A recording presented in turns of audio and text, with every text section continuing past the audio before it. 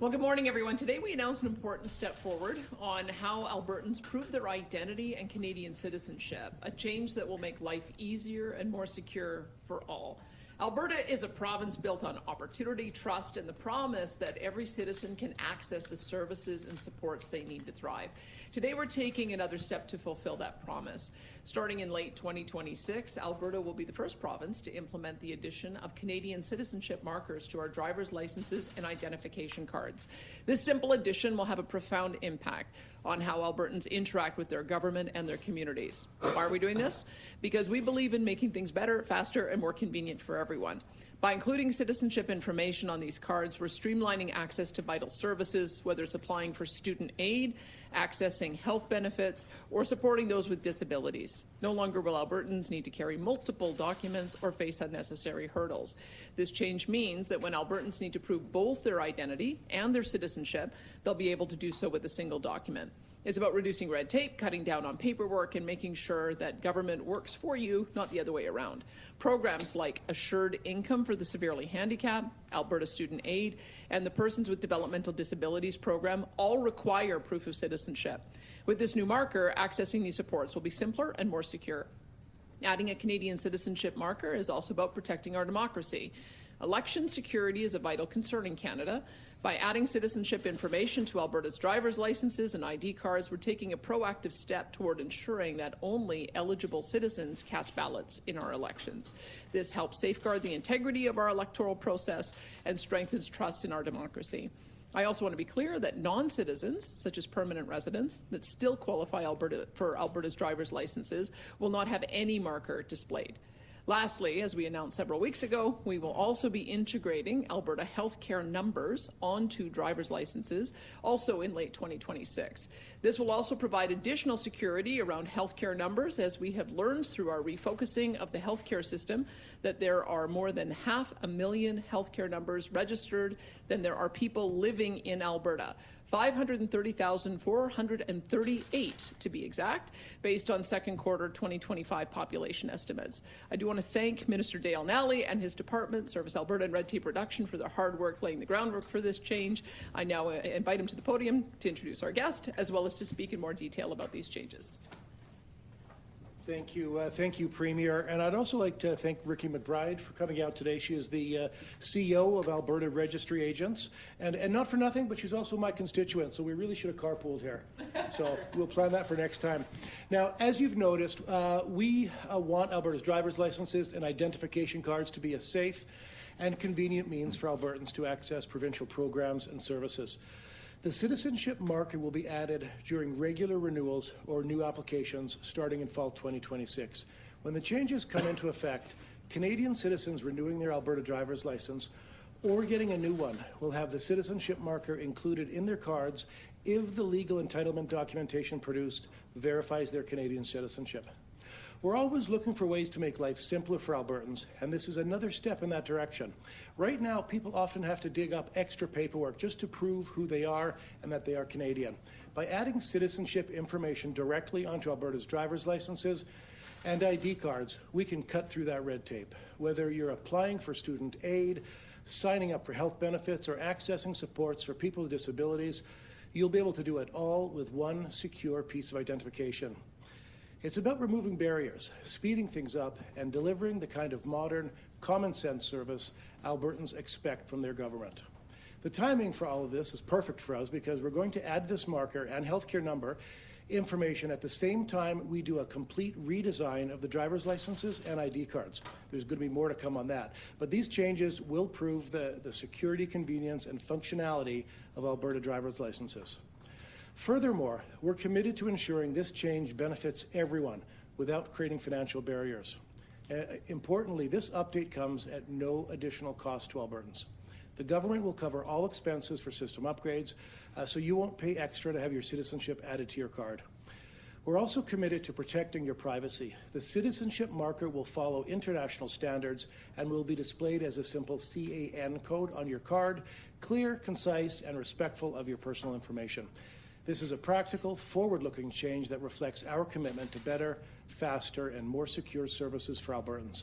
Overall, this is good news for Albertans, and I look forward to working with my team and the department officials to implement this. Thank you.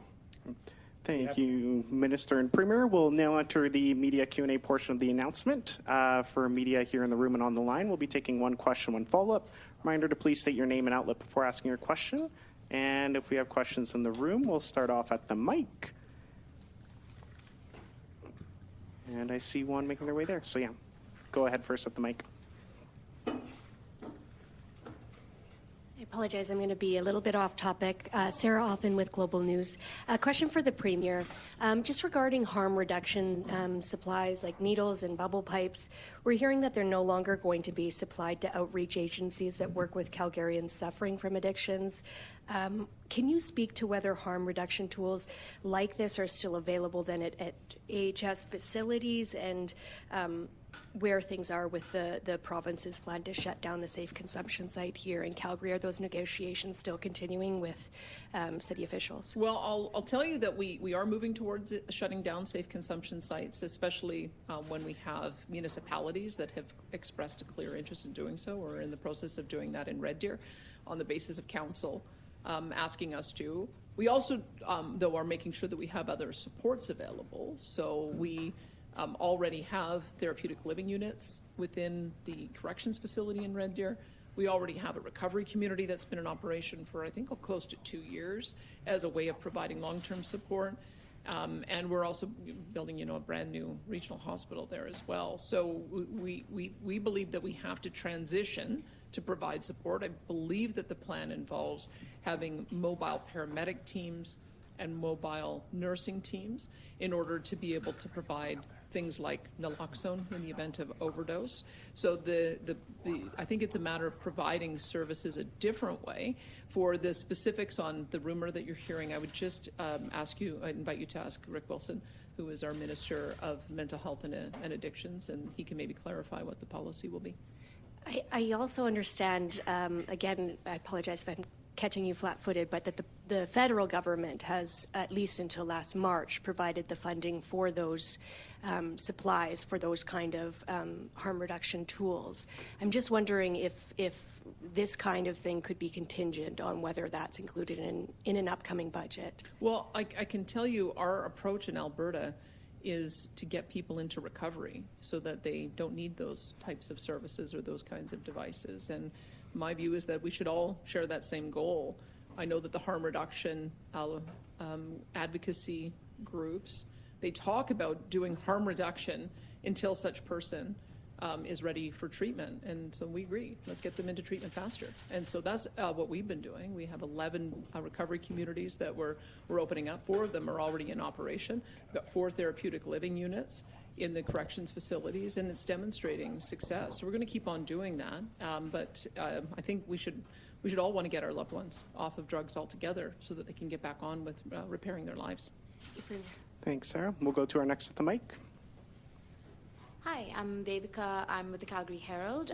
You had mentioned that we have about 500,000 more health card numbers than we do have people living in Alberta. So who do those numbers belong to, and what's going to happen to those numbers once the health card numbers get added to the driver's license? Let me just sort of reiterate the number.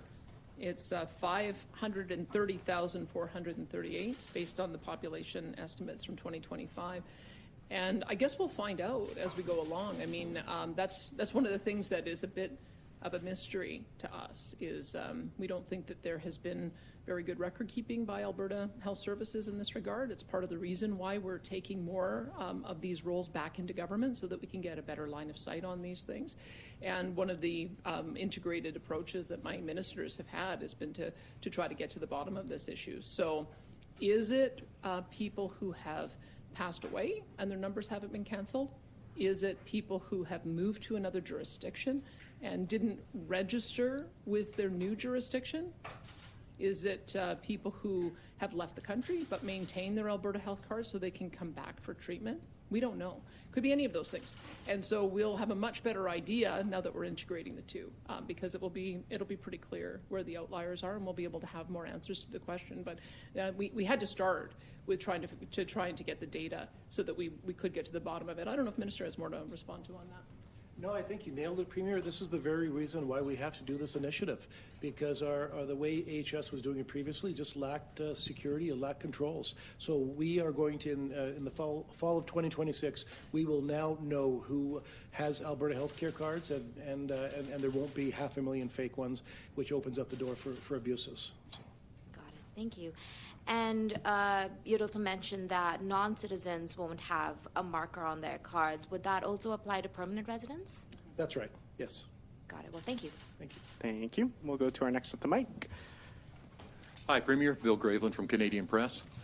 Jason Kenney has spoken out about the possibility of a sovereignty referendum, suggesting that if such a vote was allowed, it would destroy families, tear apart communities, and that he'd be willing to take on a public role to combat it if it does happen. Comments? Well, this is why I'm doing everything I can to prevent a vote, because Mr. Lukasik's vote is a yes/no question. It is a separatist referendum. He may be trying to characterize it differently. But if you ask people if you want to remain in Alberta, yes or no, there are implications if people answer no.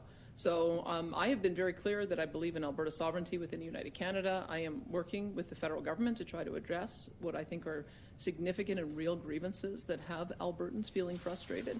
And I'm hopeful that we'll be able to have a joint announcement soon, and that it'll take the temperature down on this. So I think it's just worth noting that the current referendum initiative is being done under the old rules. So the rules that former Premier Kenney had put in place, 293,000 signatures that would have to be achieved within 90 days. So it's I know that there was sort of some implication that the change has facilitated this particular referendum question. It hasn't. It's being operated under the old rules. Okay. And a follow, curious, Peter Guthrie is tweeting about a second cease and desist order regarding the name Progressive Conservative.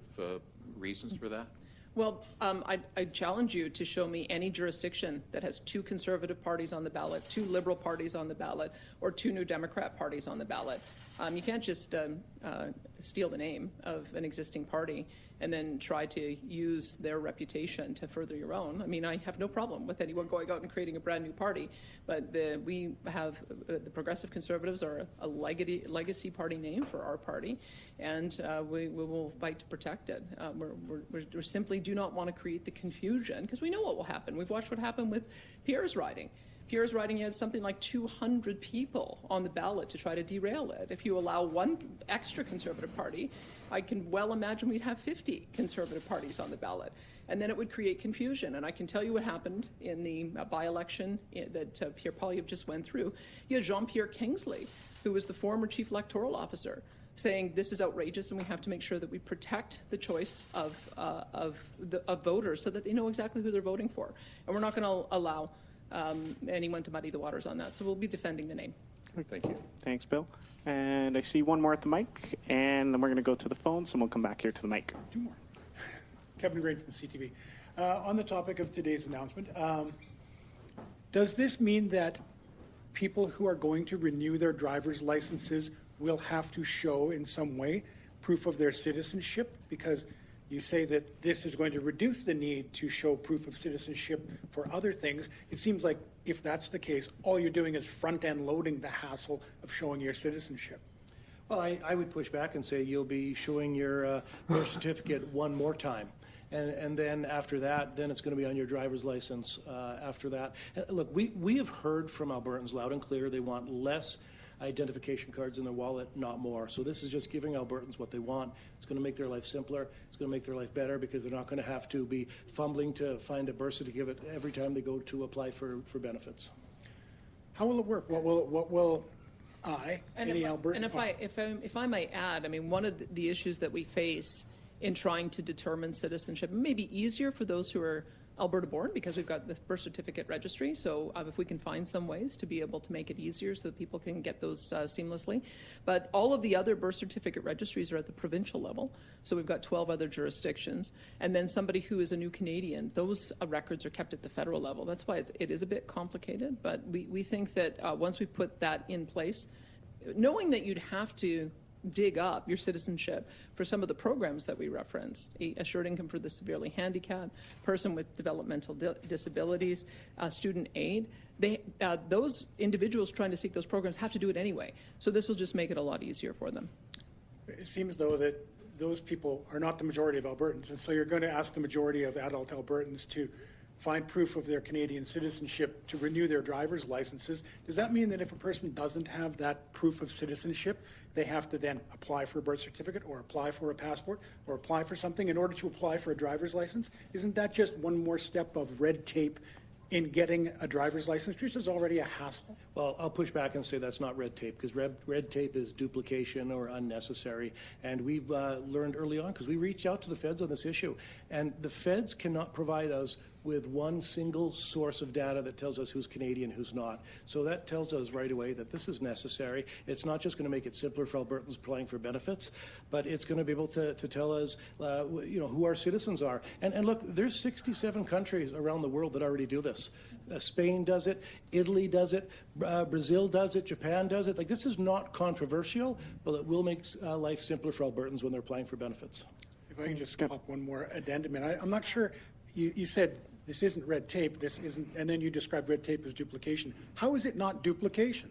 Because Albertans have told us that they want less IDs in their wallet, not more, and this is going to make life simpler, make life better, because they're only going to have one identification. It's going to have their driver's license, their health insurance number, and then their citizenship. Thanks, Kevin. We'll take one more at the mic, and then we'll go over to the phones. Rick Bell, Post Media. Question for the Premier. We don't have a teacher strike yet, but it may come.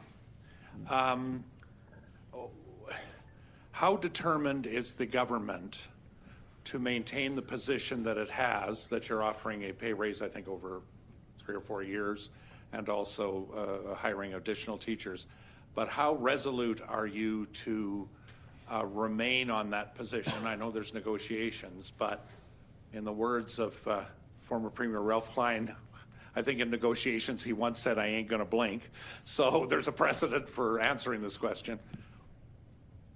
How determined are you to maintain the position that the government has? And if you are wanting to maintain that position, why is it important for you to maintain that position and not give in to the counter position? We want to make sure that we have a fair offer for teachers, and we believe we do. It's 3% per year over 4 years, which is 12%, in addition to some market adjustments. And so 95% of teachers would get more pay under the proposal we currently have on the table. This is a pay raise that matches what 83 other unions, including the United Nurses of Alberta, have already accepted. And we do sit well compared to other provinces that have already made salary adjustments. So if you look at 2027, consider all of the increases in this offer, as well as the salary adjustment that other provinces have agreed to. Keep in mind what's happening is when we see comparisons, they don't factor in what we're offering versus some of the jurisdictions that already have. And we use a competitive evaluation. We have to agree to these things at the bargaining table so that we're all using the same set of facts. But if you look at a Category 5 teacher at the top end of the grid, by 2027, Saskatchewan teachers would make $98,142. BC teachers would make $96,142. Manitoba teachers would make $101,775. And Alberta teachers would make $107,009. So when we're looking at any requests for pay increases higher than those numbers, we are already very much competitive, but also will be the most generous for the typical teacher in Western Canada. And we do not want to sacrifice any trade-off between higher salaries and more teachers. We have been very clear that we have a $1 billion package that we have already announced to go to school boards to enhance their choice of teachers or education assistants. Through the bargaining process, we already put another 1,000 teachers per year on the table.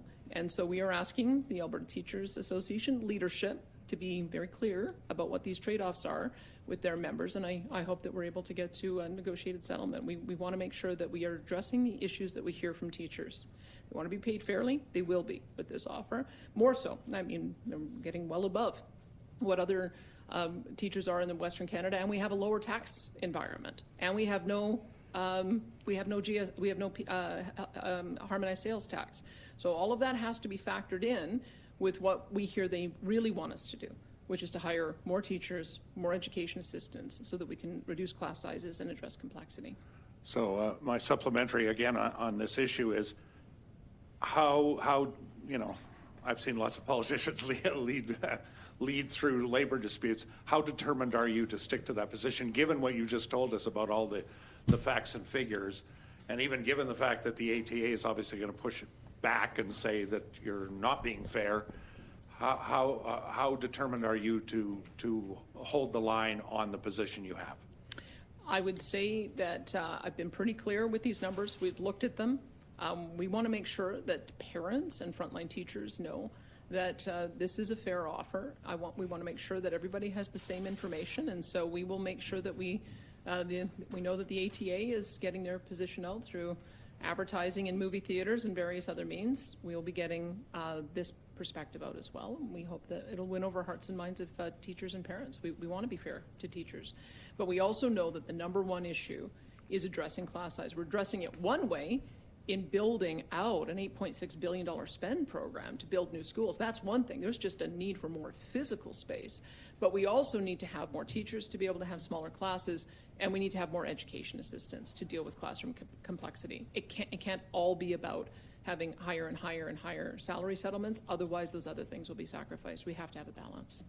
Thanks, Rick. And we have time for a couple more questions. We're going to head over to the phones. Operator, could you put through our first caller, please?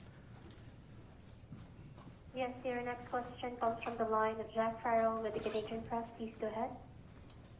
Hello, a question for the Premier about the ID cards. Like you're having one of your panel events tonight, I believe, in Energy.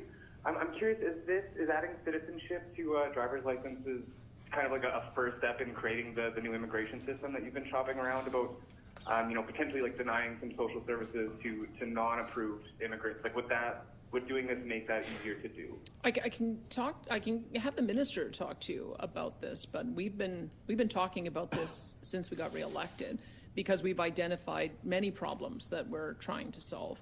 We're trying to solve the issue of some of our social programs requiring citizenship and how to make that easier. We're solving a problem of an unknown number of health cards that are of an unknown status because they're more than we have driver's licenses. And we're also trying to solve the problem of election integrity. So it's a three-part solution that we're looking at. And if there are other ways that we would apply it, I guess we'll have to see on a future going forward basis. But these are existing problems that we have that we're trying to address now. I would just say that I think that was very accurate. This is pure and simple about providing citizenship on driver's licenses to make it simpler for Albertans, whether they're applying for benefits or citizenship entitlements. That's what this is about, pure and simple. And not for nothing, it's a popular initiative that Albertans have told us. They want less ID cards in their wallet. They want it to be simpler. We're just following through and giving them what they want. And then as a follow-up question, so about the health card numbers and the over 500,000 figure, the Premier said they're of unknown status, but Minister, you said earlier in this press conference that they were fake cards. I'm just wondering which it is. Like, are they unknown cards? Are they unknown status? Are they fake cards and people are accessing the health care system under fraudulent means? Like, I'm confused which one it is there. Well, that's just it. When you lack security features and you lack integrity in the cards like we do now, you don't know. So the reality is we don't know, and that's why it's so imperative that we do this. Thanks. And we have time for one, maybe two more questions. Operator, could you put through our next caller, please? Next question comes from Julia Wong with CBC National. Please go ahead.